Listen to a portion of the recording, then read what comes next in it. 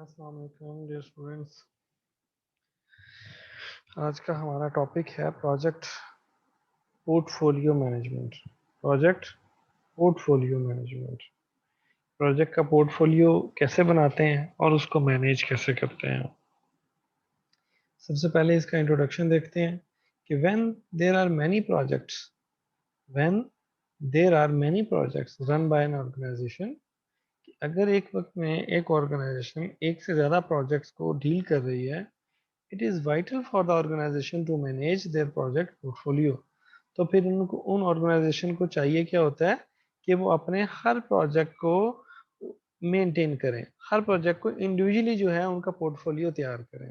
जिस तरह मैंने आपसे ना एक डैशबोर्ड का भी जिक्र किया था लास्ट लेक्चर में कि प्रोजेक्ट मैनेजर जो है वो अपने डैशबोर्ड को अपडेट करता है, वहाँ पर जो उसने टास्क डिफरेंट टीम्स को साइन किए हुए होते हैं वो उनको देखता है, और वहां पर आपके सीईओज भी चेक कर रहे होते हैं कि इस वक्त मेरी ऑर्गेनाइजेशन में कौन कौन से प्रोजेक्ट्स जो है वो एग्जीक्यूट हो रहे हैं और कौन कौन से टास्क किस किस टीम मेंबर्स के पास हैं। ठीक है, तो this helps the organization to categorize the projects and align the projects, ठीक है, विद देयर ऑर्गेनाइजेशनल गोल्स।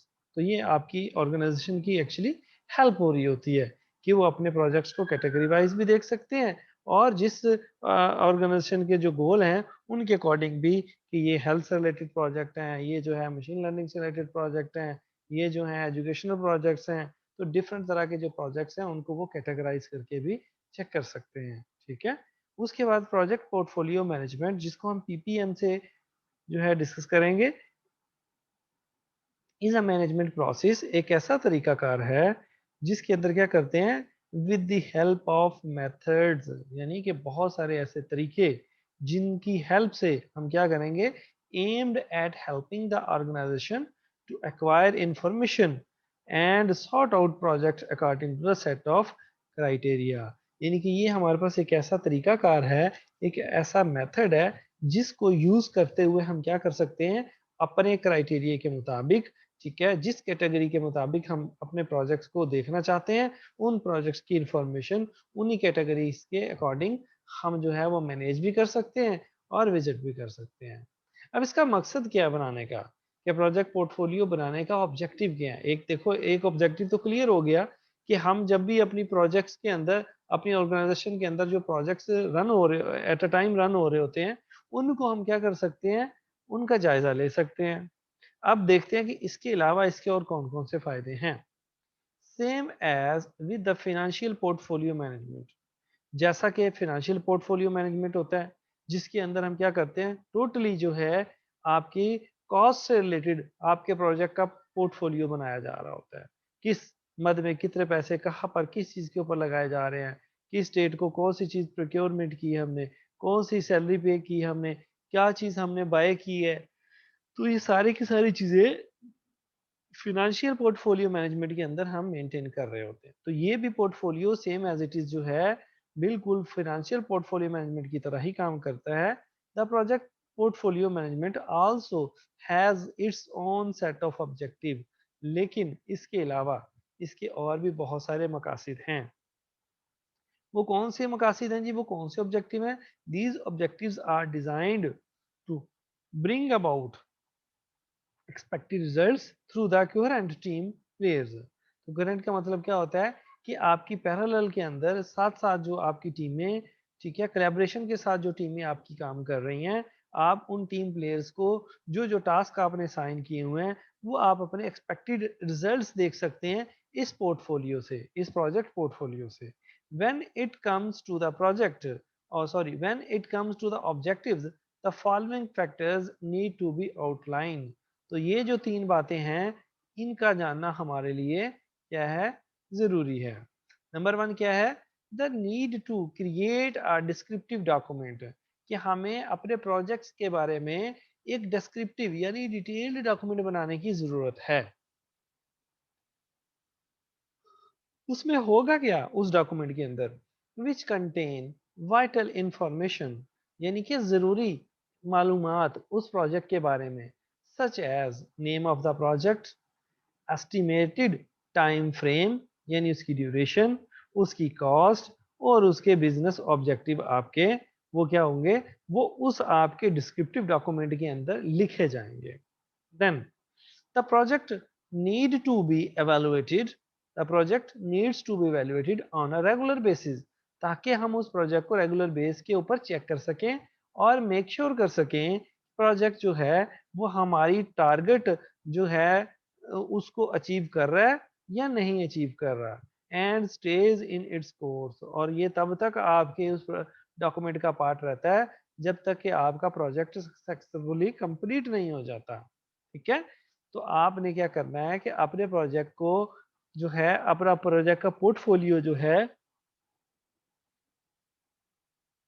उसके अंदर आपने डिस्क्रिप्टिव डॉक्यूमेंट्स को ऐड करना होता है। Selection of the team players, तो हमें पोर्टफोलियो से ये भी पता चल सकता है कि इस वक्त हमारे पास कौन कौन से टीम मेंबर्स अवेलेबल हैं और किस किस टीम मेंबर्स के पास कौन कौन से ऑलरेडी टास्क हमने असाइन किए हुए हैं, कौन फ्री बैठा हुआ है। ठीक है, who will work towards achieving the project objective, ये कौन कौन पर्सन जो है वो हमारी हेल्प कर रहा है इस प्रोजेक्ट के ऑब्जेक्टिव्स को अचीव करने में। अब ये तो हमारे पास क्या थे, ये हमारे पास वो रीजंस थी जिन रीजंस की बेस पे हम क्या करते हैं, प्रोजेक्ट पोर्टफोलियो बनाते हैं। ठीक है, ताकि उसको मैनेज किया जा सके। अब इसके benefits of the project portfolio कौन कौन से होंगे, कि project portfolio management ensure that project have a set of objective, कि आपके प्रोजेक्ट के बहुत सारे ऑब्जेक्टिव्स होंगे विच when followed brings about the expected results, जो कि आपके आपके प्रोजेक्ट को कंप्लीशन की तरफ लेकर जा रहे होंगे, और जो आपकी एक्सपेक्टेड रिक्वायरमेंट्स हैं उनको फॉलो करते हुए आपका प्रोजेक्ट कंप्लीशन की तरफ जा रहा होगा। Further more,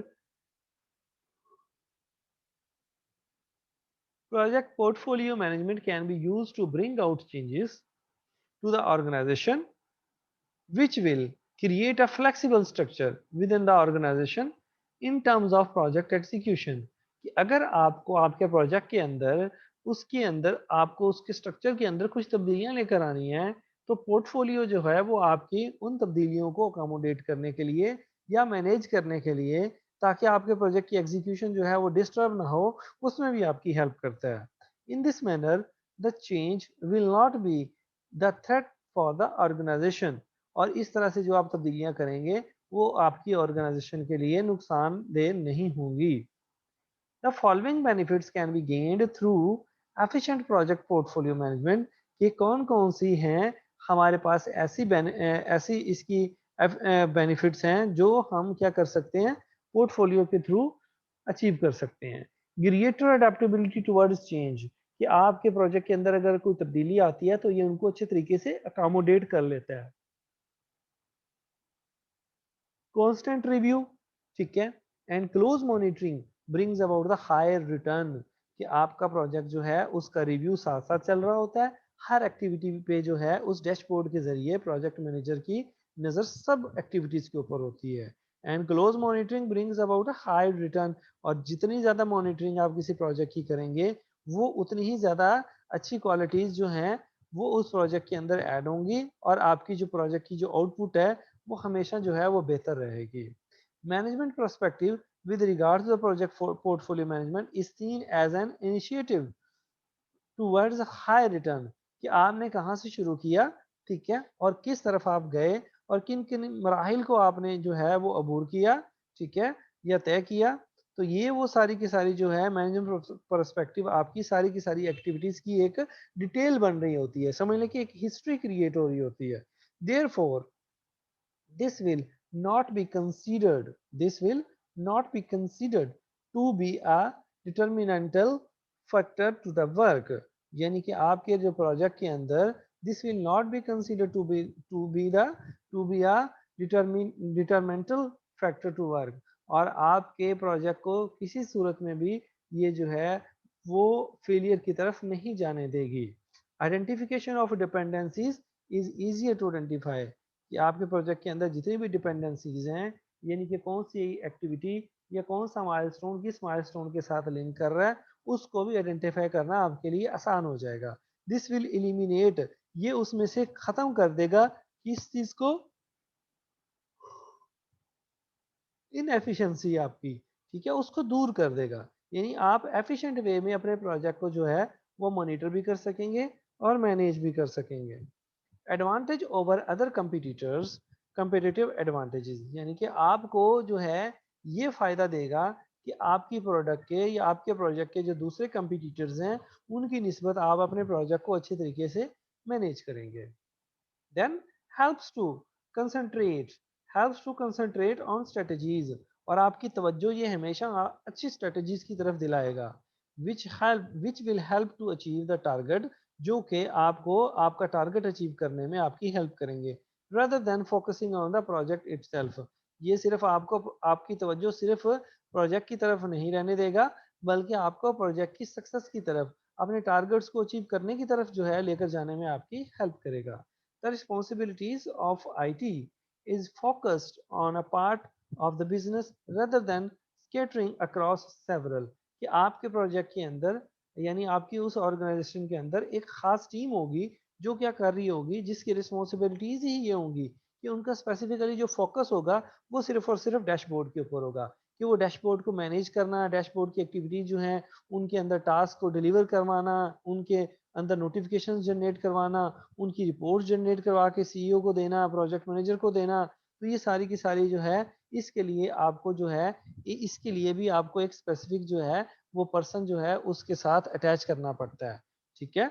the mix of both IT and business projects are seen as contributors to achieving the organization objective, कि आपके जो बिजनेस प्रोजेक्ट्स होते हैं और आपकी जो है इस तरह की आपकी आईटी रिलेटेड रिस्पॉन्सिबिलिटीज वाले जो लोग होते हैं, ये सारे के सारे मिलके जो क्या होते हैं आपकी ऑर्गेनाइजेशन को जो है वो हाई अचीवर्स की तरफ लेकर जाती है। ठीक है, यानी आपकी ऑर्गेनाइजेशन के जो ऑब्जेक्टिव्स हैं उनको अचीव करने में आपकी हेल्प करते हैं। अब हम देखते हैं कि प्रोजेक्ट मैनेजमेंट पोर्टफोलियो के लिए हमारे पास टूल्स कौन कौन से अवेलेबल हैं। ठीक है, किन किन तरीकों से हम मैनेज कर सकते हैं। There are many tools that can be use for project portfolio management. कौन कौन से हैं जी? Following are the essential features of those tools, कि उनके अंदर क्या होना चाहिए। देखिए मैंने आपको बताया था कि डैशबोर्ड के अंदर परसेंटेजेस में आपके जब प्रोजेक्ट की सक्सेस जो है सक्सेस या उसकी कंप्लीशन जो है वो शो हो रही होती है, उसके अंदर आपकी कॉस्ट जो है वो डिक्रीज होती हुई नजर आ रही होती है। ठीक है, उसके अंदर डिफरेंट कलर्स यूज किए जा रहे होते हैं जो डिफरेंट टास्क को या डिफरेंट माइलस्टोन्स को रिप्रेजेंट कर रहे होते हैं। ठीक है, तो a systematic method of evaluation of project, उसके अंदर क्या है कि कोई सिस्टमैटिक मेथड यूज किया जा रहा होता है अपने प्रोजेक्ट को एवेल्युएट करने के लिए। उसके बाद resources need to be planned, और वहां से आपको ये भी अंदाजा होता है कि आपने कौन कौन से रिसोर्सेज को प्लान करना है। ठीक है, cost and benefits need to be kept on track. ठीक है, ये मैंने आपको पहले बताया। उसके बाद अंडरटेकन कॉस्ट बेनिफिट्स एनालिसिस, और आप अपनी कॉस्ट के बेनिफिट्स का एनालिसिस भी साथ साथ कर रहे होते हैं कि मैंने अब तक कितनी इन्वेस्टमेंट की थी, कितना मेरा इसके ऊपर कॉस्ट आ गई है, कितना मुझे इसका बेनिफिट हो गया। ठीक है, उसके बाद progress report from time to time, कि आप क्या कर सकते हैं वीकली बेसिस पे, डेली बेसिस पे, मंथली बेसिस पे, क्वार्टरली बेसिस पे आप अपने प्रोजेक्ट की जो है एग्जीक्यूशन के बारे में टाइम टू टाइम अपनी रिपोर्ट्स भी जनरेट कर सकते हैं। Access to information as and when it's required, जब आप अपनी चाहें अपने प्रोजेक्ट की इंफॉर्मेशन को आप घर बैठ के भी एक्सेस कर सकते हैं, अपने मोबाइल के ऊपर एक्सेस कर सकते हैं, अपने वेब पोर्टल के ऊपर एक्सेस कर सकते हैं। ठीक है, तो सीईओ क्या होता है, वो हर वक्त आपके ऑफिस के अंदर नहीं बैठा हुआ होता, बल्कि वो आपके इन पोर्टफोलियोज को जो है वो डैशबोर्ड्स के ऊपर देख रहा होता है। कम्युनिकेशन मैकेनिज्म जो है इस तरीके से बेटर हो जाता है, हर बंदे को अपने जो रिस्पॉन्सिबिलिटीज हैं उनका सही तरीके से अंदाजा हो जाता है। Which will take through the information necessary, ठीक है, जो जिस बंदे को जो इंफॉर्मेशन चाहिए होती है वो उसको इस पोर्टल से मिल जाती है। उसके बाद अब टेक्निक्स कौन सी यूज की जाती हैं कि हम पोर्टफोलियो को मेजर कर सकें कि ये कितना जो है वो सक्सेसफुल काम कर रहा है। ठीक है, there are various techniques which are used to measure or support PPM process from time to time। अब वो कौन कौन से हो सकते हैं? However, there are three types of techniques which are widely used। कौन सी हैं तीन टेक्निक? एक तो ह्यूरिस्टिक मॉडल है, और एक आपके पास स्कोरिंग टेक्निक है, और तीसरी जो है आपके पास विजुअल और मैपिंग टेक्निक है। ठीक है, तो ये वो तीन तरीके हैं या तीन टेक्निक्स कह सकते हैं जिनकी हेल्प से हम क्या करते हैं, पीपीएम को मेजर कर सकते हैं। ठीक है, पीपीएम का मतलब क्या था? Portfolio, project portfolio management. The use of such techniques should be done in consideration of project and organizational objective.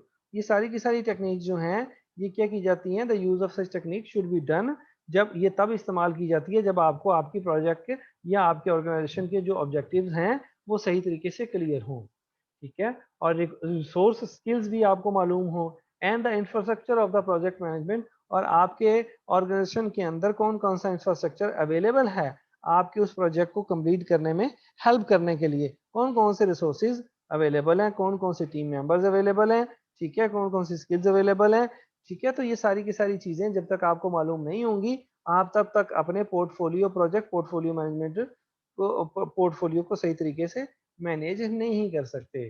Y project managers to focus on PPM, क्या प्रोजेक्ट मैनेजर क्यों फोकस करता है पीपीएम के ऊपर, ठीक है, यानी पोर्टफोलियो प्रोजेक्ट पोर्टफोलियो के ऊपर क्यों फोकस करता है प्रोजेक्ट मैनेजर। तो आपको भाई क्या मैंने बताया, ऊपर भी हमने बताया कि वो कितनी आसानियां पैदा करता है प्रोजेक्ट मैनेजर के लिए, सीईओज के लिए, आपके अदर टीम मेंबर्स के लिए, कि वो क्या करता है, फैसिलिटीज प्रोवाइड करता है सारी के सारी ऑर्गेनाइजेशनल स्टाफ को।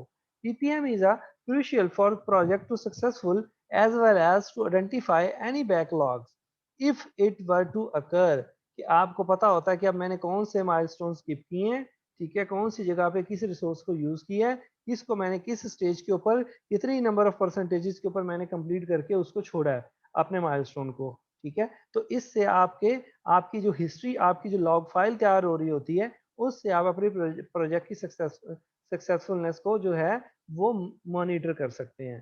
Project managers often face a difficult situation arising from lack of planning, ठीक है, and sometimes this may lead to the project withdrawal. Sometimes क्या होता है प्रोजेक्ट की जो आपने सही तरीके से मैनेजर ने प्लानिंग नहीं की हुई होती, जिस वजह से जो है वो उसको बीच रास्ते में ही जो है अपना प्रोजेक्ट जो है वो विड्रॉ करना पड़ता है, छोड़ना पड़ता है।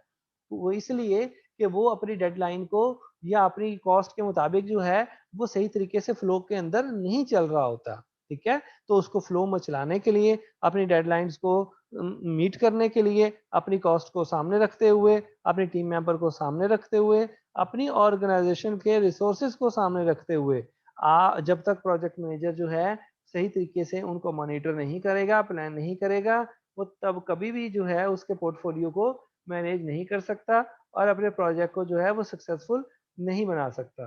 It is primary responsibility of the project manager कि ये उसकी बुनियादी जिम्मेदारी है क्या, to ensure that there are enough available resources, कि कौन कौन सी चीजें अवेलेबल हैं, दैट एन ऑर्गेनाइजेशन अंडरटेक, कि कौन कौन सी चीजें उसके पास अवेलेबल हैं और कौन कौन सी उसको जो है वो नई जो है वो अवेलेबल करनी है अपने स्टाफ के लिए, ठीक है।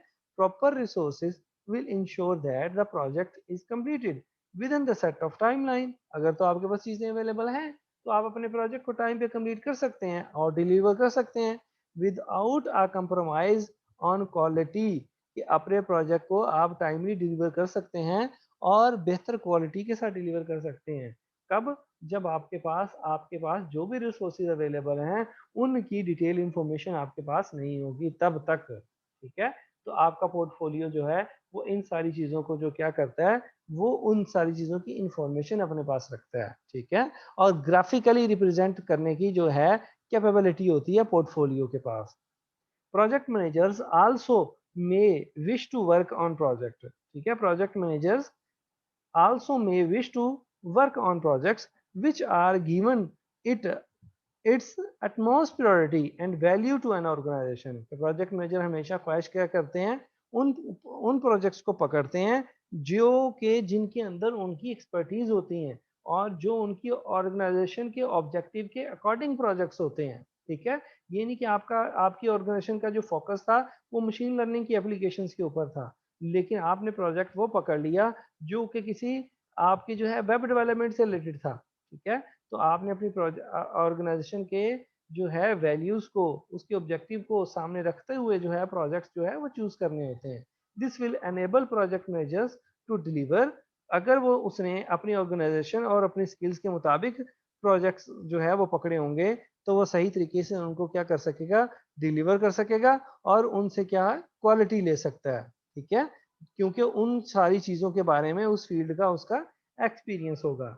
Projects that they have undertaken, ठीक है, तो PPM ensure that these objectives of the project management will be met. तो आपका पीपीएम जो है वो आपकी क्या हेल्प करता है, वो आपकी हेल्प करता है इसको मीट मीट करने में, ठीक है, अचीव करने में। तो अब आपके पास क्या है कि 5 क्वेश्चन मॉडल है, एक 5 क्वेश्चन मॉडल, कि जब भी आपने अपने पोर्टफोलियो को मैनेज करना है तो आपने इन क्वेश्चंस को अपने माइंड में रखना है। नंबर 1 कि are we investing in right things, क्या हम जो है जिस प्रोजेक्ट को पकड़ा है हमने, क्या जो हम इन्वेस्टमेंट कर रहे हैं वो राइट प्रोजेक्ट है, ठीक है। Are we optimizing our capacity, कि हम अपनी कैपेसिटी को ऑप्टिमाइज कर रहे हैं। How well are we executing, कि हमने इनको किस तरीके से लेकर चलना है इन माइलस्टोन्स को। Can we absorb all the changes, क्या हमारा प्रोजेक्ट जो है वो चेंजेस को अकोमोडेट कर लेगा। आर वी रियलाइजिंग प्रोमाइज्ड बेनिफिट्स, और हमने इससे जो मकासद हमारा हमारा मकसद था इसके, इससे जो फायदे उठाने हैं हमने, क्या वो फायदे उठा सकेंगे। तो अगर तो ये सारे क्वेश्चंस का आंसर आपके पास मौजूद है तो आप सक्सेसफुली जो है प्रोजेक्ट का पोर्टफोलियो मैनेज कर सकते हैं। The 5 question model of the project portfolio management illustrate that the project manager is required to answer 5 essential questions before the inception as well as during the project execution। यानी किसी project को start करने से पहले और या फिर project को जब वो एग्जीक्यूट कर रहा होता है, यानी स्टार्ट करने के बाद जब उसको डेवलपमेंट उसकी स्टार्ट करवानी है, तब तक के जो प्रोसेस होते हैं उन सब की इंफॉर्मेशन जो है वो प्रोजेक्ट मैनेजर के पास होनी जरूरी है। The answer to these question will determine the success of the implementation of the project. तो आप अपने प्रोजेक्ट की सक्सेसफुल अगर इम्प्लीमेंटेशन चाहते हैं तो आपको क्या करना पड़ेगा, आपको इन क्वेश्चंस का आंसर जो है वो आपके पास होना चाहिए। तब जाके क्या कर सकेंगे, आप अपने प्रोजेक्ट का पोर्टफोलियो मैनेज कर सकेंगे, ठीक है। तो मैं उम्मीद करता हूँ कि आपको जो है आज का लेक्चर समझ आया होगा। तो इससे रेलेवेंट आपकी जो भी क्यूरीज हैं उनको आपने नोट डाउन करना है और मेरे से आपने डिस्कस करना है, ठीक है बच्चों। ओके जी, अल्लाह हाफिज।